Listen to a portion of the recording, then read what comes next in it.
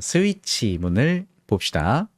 스위치 문은 스위치라고도 하고 케이스를 붙여서 스위치 케이스라고도 해요. 그래서 스위치라는 단어는 바꾸다 라는 의미고, 우리 전등 스위치 같이 켜고 끄고 이렇게 상태를 바꾸는 그 개념이 스위치예요. 그래서 이걸 이해하고 계신다면 앞에서 if 문을 봤기 때문에 누구나 다 금방 이해하실 수가 있고요. 그래서 작성을 해보면 스위치 구문이 이렇게 생겼습니다. 스위치의 괄호, 중괄호. 그래서 여기 들어가는 건 정수만 들어갈 수 있었어요. 정수.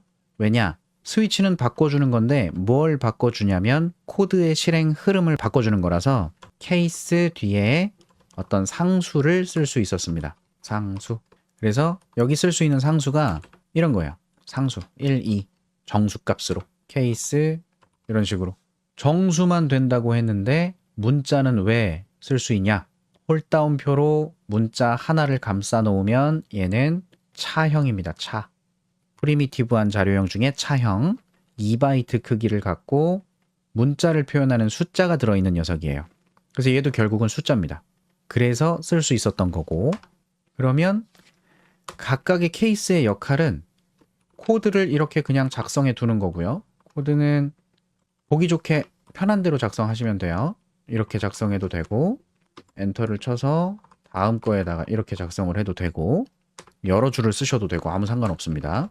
그래서 간단하게 하나씩만 출력할 수 있게 작성해 주고, 이러면 요 스위치에 들어있는 이거, 여기에 어떤 값이냐, 여기 들어온 값이 무슨 값이냐에 따라서 얘는 해당하는 케이스, 상수에 해당하는 케이스로 점프해주는 기능으로 동작을 해요. 점프. 실행 흐름을 점프시킨다. 그러니까 int형 변수 정수값에 3을 넣고요. 이 변수가 이렇게 들어와 있다면 n이 3이잖아요. 그러면 케이스로 지정된 상수값 중에서 요거랑 매칭되는 지점으로 실행 흐름을 던져버리는 거예요. 근데 3이 있어요, 없어요? 없으면 그냥 지나갑니다. 그래서 여기다가 케이스 3도 하나 써줄게요. 그래서 3이라고 해주면 마지막에는 종료라고 표현을 해서 결과를 볼 수 있도록 하겠습니다. 이렇게 했을 때 출력되는 결과가 뭐가 나오겠어요? 당연히 3 출력되고 종료 나왔어요. 납득되시죠? 스위치에 들어간 값이 정수로 3이니까 케이스들 중에서 3에 해당하는 위치로 실행 흐름이 점프 되고요. 거기서부터 이어가는 거예요. 그러면 n을 1이라고 적으면 어떻게 될까?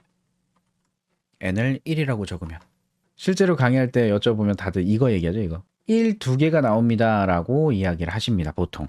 왜냐하면 if문을 봤었기 때문에, 정확히는 if, else, if, 다중 if를 봤었기 때문에 이거 맞아? 아니요. 이거 맞아? 아니요. 이거 맞아? 네. 그럼 그거 실행되고 이런 식이었잖아요.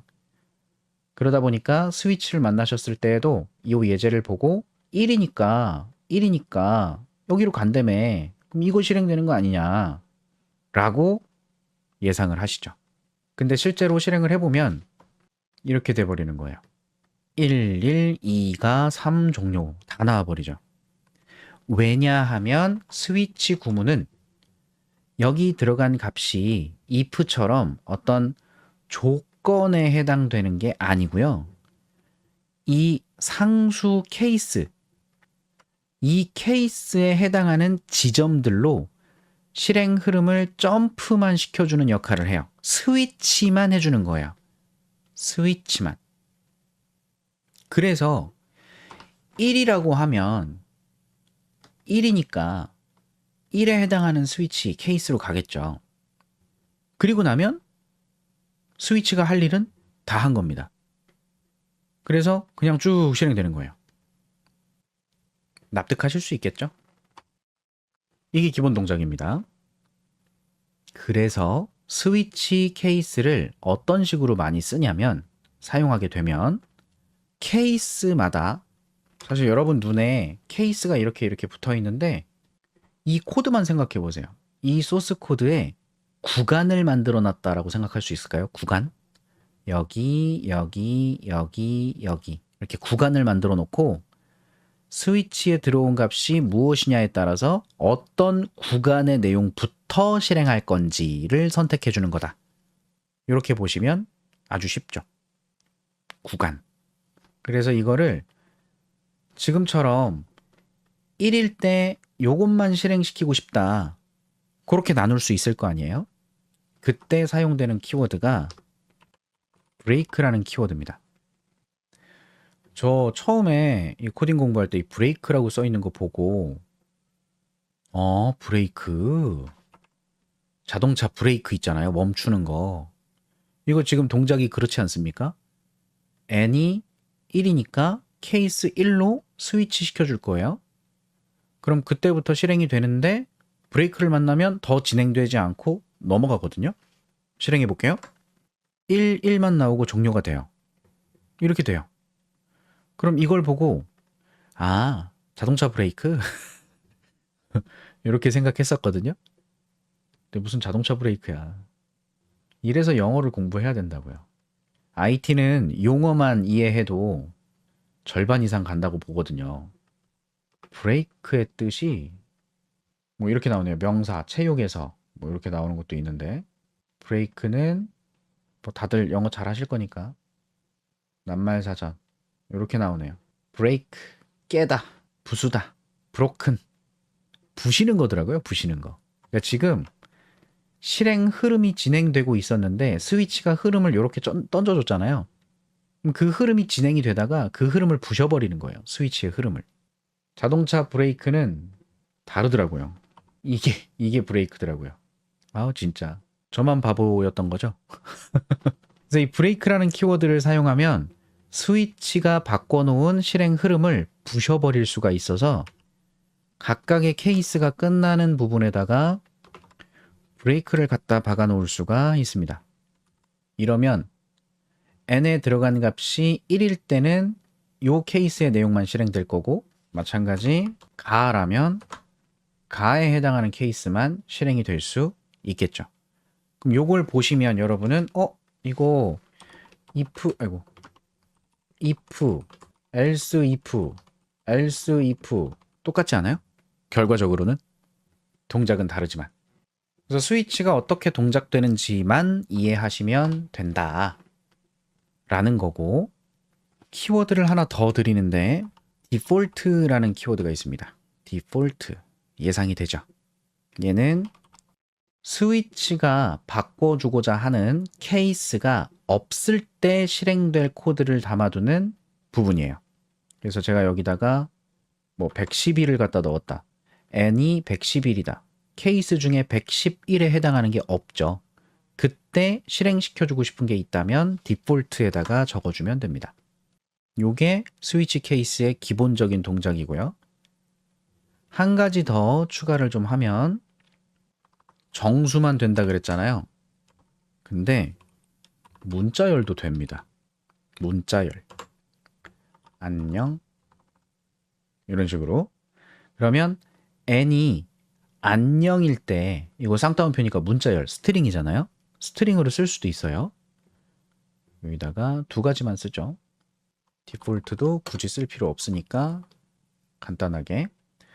여기다가 안녕이라는 문자열이라면 이렇게 상수를 쓸 수도 있어요. 메롱 바꿔서 이렇게 쓸 수도 있습니다. 문자열도 사용할 수 있다.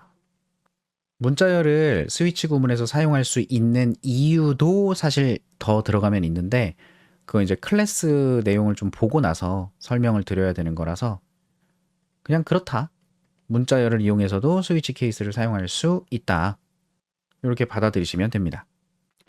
자바의 스위치 구문에 대해서 설명해줘. JDK 버전 17이야. 자, 제가 이걸 왜 쓰고 있냐면 자바 JDK 버전 17에서 제가 지금 앞에서 설명드린 것 말고 다른 구문이 생겼기 때문에 그래요. 기존 방식을 제가 설명드린 거고 새로운 패턴 매칭이라는 방식이 있습니다. 이해하실 필요는 없어요. 그냥 소개하고 넘어가는 거니까. 스위치 표현식 그리고 패턴 매칭이 추가돼서 더 유연해졌다라고 하는데, 자, 기존 스위치 구문이래요. 기존 스위치는 여러 케이스 블록 중 하나를 선택하는 방식이다. 제가 설명드린 거죠. 매칭된 케이스가 없으면 디폴트다. 그리고 저는 여기다가 따옴표를 적었는데 얘는 화살표를 쓰고 있죠. 화살표를 사용할 수 있다. 요거 대신에 이걸 쓸 수 있다. 짧게 쓰는 방법이다. 이런 경우 브레이크도 안 쓴다. 화살표, 브레이크 안 쓰고요. 화살표, 브레이크 안 씁니다. 보기 좋게 이렇게 바꿀까요? 실행해 볼게요. 헐, 이렇게 되는 거예요. 이렇게 하면 어떻게 돼? 궁금하잖아요.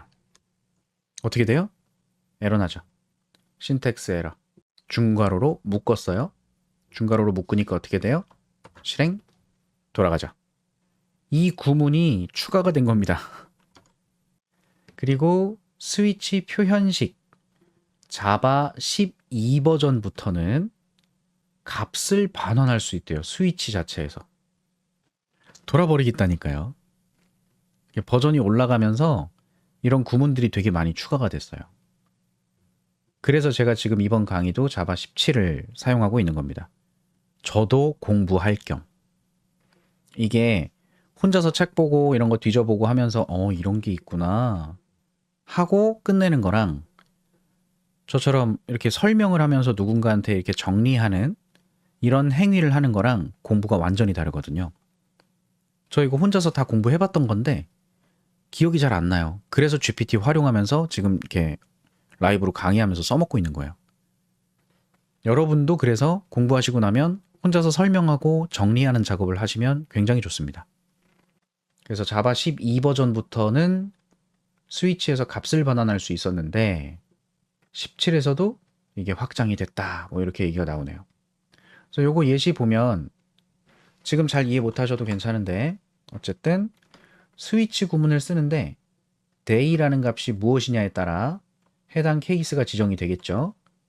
표현식을 간결하게 한 줄짜리 쓸 때 쓰는 거예요. 요거는 나중에 제가 소개해 드릴 건데 람다라는 표현식이에요. 요건 1.8 버전에서 나온 녀석이고 그 식을 여기다가 적용을 했네요. 그래서 한 줄짜리. 여러 줄이면 중괄호. 근데 지금은 값을 반환하는 목적으로 쓰니까 Wednesday라는 이 문자열이 day name에 참조가 되겠죠. 그래서 출력하면 Wednesday가 나올 겁니다. 이런 구문이 있다. 근데 이제 요거 하나 더. JDK 17부터 패턴 매칭이라는 게 추가가 됐대요. 패턴 매칭. 이해 못 하시는입니다. 지금 처음 공부하시는 분들이면 이걸 이해할 수 없어요. 그냥 한번 보고 가는 겁니다. 스위치에서 객체의 타입. 여기서 객체의 타입은 클래스를 얘기하는 건데요. 스캐너라는 클래스가 있고 시스템이라는 클래스가 있고 인티저라는 클래스가 있고 스트링이라는 클래스가 있고 등등등 우리가 지금 앞에서 봤던 것들만 제가 지금 이야기를 한 건데 이런 클래스들도 사실 자료형에 포함이 됩니다. 자료형이라고 취급을 해요. 그래서 인티저 타입이다, 스트링 타입이다, 시스템 타입이다.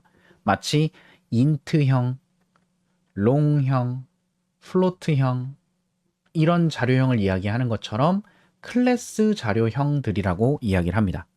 그래서 지금 여기서 무슨 설명을 하고 있냐면 스위치가 원래 제가 스위치에다 쓸 수 있는 건 뭐라 그랬냐면 정수값만 쓸 수 있다 그랬잖아요. 정수 케이스만 또는 스트링, 문자열까지만 쓸 수 있다 그랬었어요.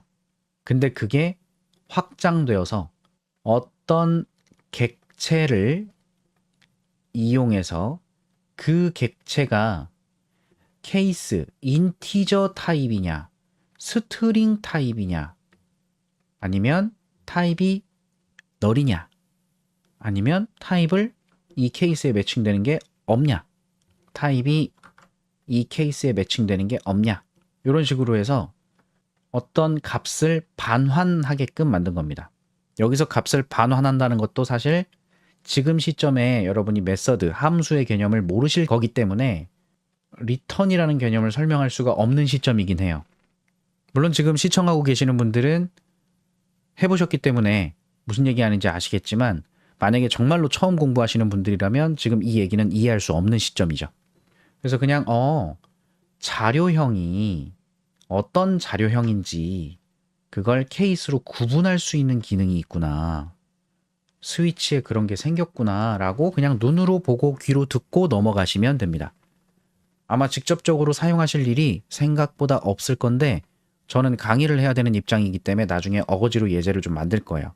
제가 개발자의 삶을 살고 있다면 실전에서 뭔가 써먹었던 것들을 설명드릴 수 있을 텐데 아무래도 강사로서 살고 있기 때문에 실전에서 어떻게 활용될 수 있는지까지는 쉽게 보기는 좀 어렵고 어쨌든 뒤에 이어진다는 내용은 또 yield라고 하네요. 양보한다라는 의미의 키워드가 있는데 얘는 여러 줄의 코드가 필요할 때 yield를 이용해서 값을 반환한다 뭐 이렇게 써 있네요. 역시 이해하실 필요 없고요.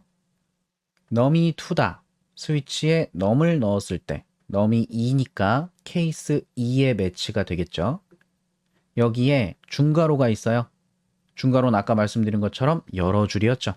그래서 여러 줄의 코드가 들어갈 때 그때는 지금 보신 것처럼 하나의 값을 표현식에 넣어서 리턴하는 게 안 되는 상황이니까 그때는 여러 코드가 동작되고 결과물이라고 할 수 있는 어떤 값을 반환하게끔 해야 되는데 그 반환은 원래 함수에서 return이라는 키워드를 쓴단 말이죠. 근데 이 return을 여기다가 박을 수가 없는 거였겠죠. 이걸 만드는 자바를 개발하는 사람들 입장에서 봤을 때 함수에서 값을 반환하는 걸 return이라고 쓰는데 지금 이건 스위치라고 하는 제어 구문에서 어떤 케이스일 때 값을 반환하는 기능을 확장시킨 거잖아요. 그러니까 거기다가 return을 쓸 수가 없었던 거겠죠. 설계하는 사람 입장에서. 그래서 yield라고 하는 양보한다. 그 의미를 갖다 붙여서 마치 함수가 return하는 것처럼 만들었다. 이렇게 보시면 됩니다. 그래서 자바 17에서는 스위치 구문이 앞에서 설명드린 개념들을 통해서 굉장히 유연하기 때문에 활용도가 높아질 수 있겠다라고 하는데 기본적으로 스위치를 많이 안 써봤던 사람들은 좀 불편할 수 있죠. 근데 공부하는 거니까 이런 것도 있구나라고 알아두시면 되겠습니다. 그래서 스위치 구문에 대한 설명은 끝이고요. 좀 예제를 만들어서 스위치의 특징을 좀 활용할 수 있는 게 어떤 게 있을까 이런 걸 좀 보여드리고 싶은데 스위치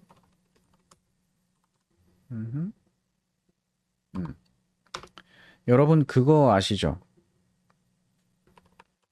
주민등록번호 7번째 자리가 어떤 의미인지 아시잖아요. 주민등록번호 7번째 자리가 1 또는 3이면 남자고요.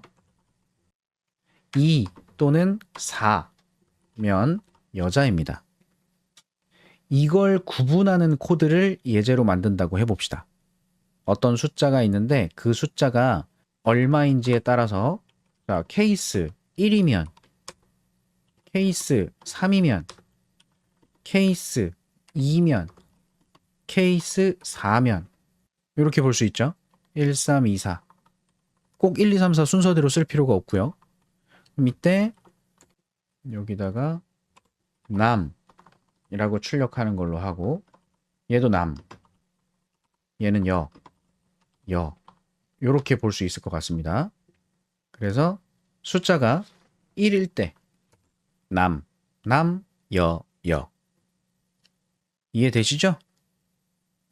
그래서 여기다가 브레이크를 하나씩 적어주는 거. 요게 스위치의 기본 고전적인 사용 방식이에요.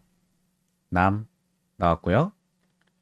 2일 때는 여, 3일 때는 남 잘 나오잖아요. 근데 스위치를 활용하면 이런 걸 할 수 있어요. 이렇게 해도 됩니다. 느낌이 오죠? 스위치 동작의 특성이죠. 3이면 3에 매칭되니까 요거 실행하고 브레이크 끝. 만약에 1이에요. 케이스 1에 매칭시키고 코드 실행할 거 있어요? 코드 실행할 거 없죠. 브레이크도 없죠. 그럼 그냥 진행하는 거잖아. 그래서 남이라고 나와요. 마찬가지. 이라고 적으면 이 케이스에 매칭됐는데 할 거 없으니까 아래로 떨어져서 여가 나오는 거죠. 요게 고전적인 사용 방식이고요. 그리고 앞에서 자바 12 버전부터 나왔다는 그걸로 좀 바꿔본다면 이렇게 사용할 수 있을 것 같습니다. 2는 할 거 없고 1도 할 거 없고 그래서 브레이크 없이 남을 반환 얘도 열을 반환 이렇게 할 수 있을 것 같고요. 요거는 문법적으로 안 되는 것 같습니다.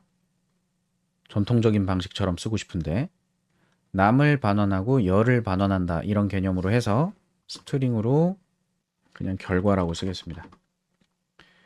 결과를 받을 수 있어요. 그럼 여기에 남 또는 여가 들어올 수 있고 그걸 출력한다면 성별이 뭐다?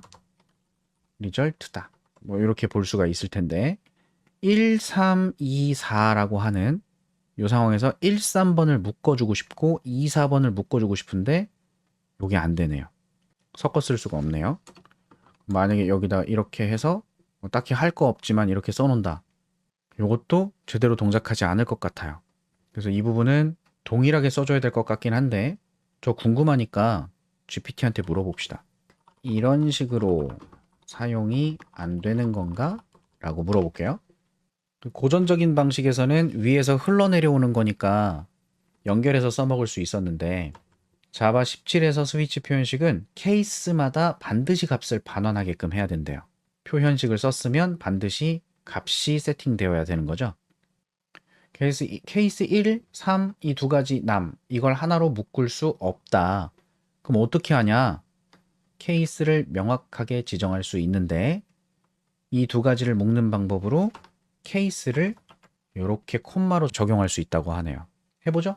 그래서 1, 3, 2, 4 그래서 n에 뭐가 들어오면 뭐 이렇게 하자. 안 되는데? 안 되는 이유를 찾았네요. 반드시 값을 반환해야 되는 규칙 때문에 디폴트가 들어가야만 하네요. 여기 지금 아래 메시지가 나오고 있어요. 그래서 디폴트로 알 수 없음 이렇게 해주면 돌아가는 것 같습니다. 그리고 마지막 세미콜론이 들어가야 하네요.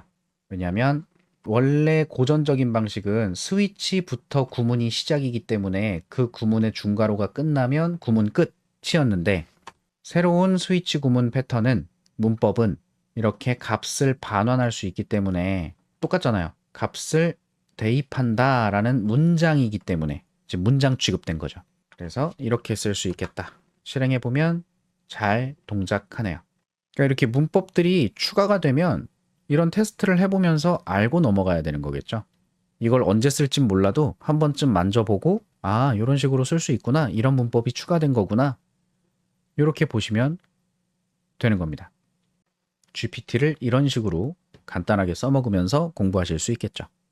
자, 여기까지 기본적인 스위치 구문에 대한 설명이었고요. 마찬가지 혹시 시간 되시면 이런 거 한번 만져보시면 됩니다. 앞에서 if문으로 만들었던 이 점수 판단하는 거 있죠? 이 점수 판단하는 이 문제를 스위치로 바꿔보시면 연습이 될 거예요. 이게 딱 스위치를 연습하기 좋은 녀석이니까.